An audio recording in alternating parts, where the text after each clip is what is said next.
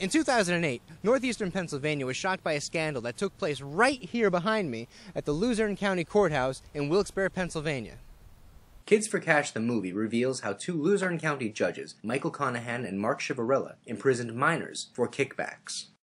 In order to complete the film, CenArt Films collaborated with Dr. Bonnie Culver of Wilkes University and students from the Creative Writing Program. The Wilkes role was to work in the background and provide research assistance, actual videotape, B-roll kind of tape, materials that they could use possibly in the film, do transcriptions, do fact-checking.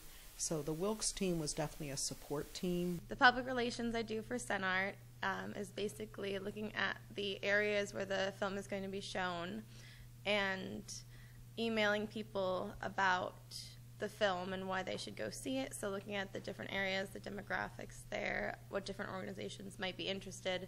According to Dr. Culver, Kids for Cash is more than just a documentary with talking heads. It's a compelling story. The story is a mystery in that, so it has an entertainment value. We think we all know what Kids for Cash is about. However, when you see the film, you realize that you do not. I didn't know that much about the scandal when it was happening, but it was something that could have affected me directly at the time, and I feel like it's important for them to know that this sort of corruption is possible. We also spoke with Nick Sofrinko of Wilkes-Barre, who had seen the film and offered a viewer's perspective of Kids for Cash. You know, I, being young, I don't think I realized during Chivarella's tenure what was going on, and I'm pretty sure nobody else did, or not a lot of people did, but it certainly made sense when the scandal broke. It was an opportunity that CenArt Films founder and producer Robert May couldn't pass up to shed light on a scandal that brings to the surface the truth behind the twisted motives of two respected public officials. It's definitely something, a national question that we all should have about how we treat our children. Even growing up in Wilkes-Barre, growing up in, you know, the Wilkes-Barre City Schools, it was known that if you went in front of Judge Chivarella at the time, that, you know, he would lock you up for a long time, regardless of the crime. I was, you know, in high school at the time that it happened, so it's something that could have happened to me, could have happened to my friends.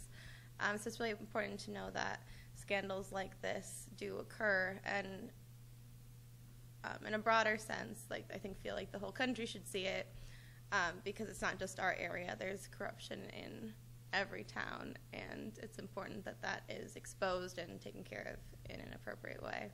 I think it will cause people to sort of take pause and look at the judicial system in a different way, perhaps a more critical way. But with all the other big blockbuster movies coming out this year, who should see Kids for Cash and why? This is something parents could take children, teachers should be taking school children, and everyone who's a parent involved in the juvenile justice system or in education should see. I think it's an important movie for people nationwide to see. You know, it's something that we have long known to be going on for quite a while in this town, for at least 5 years since the scandal broke. But I think it's great that it's actually getting national exposure now. Kids for Cash has been showing in select movie theaters such as Wilkes-Barre Movies 14 as well as Cinemark and Music. Robert May has also been touring the country with the film in hopes of spreading awareness about combating corruption against children across the nation. For Wilkes Now, I'm Bill Amos reporting.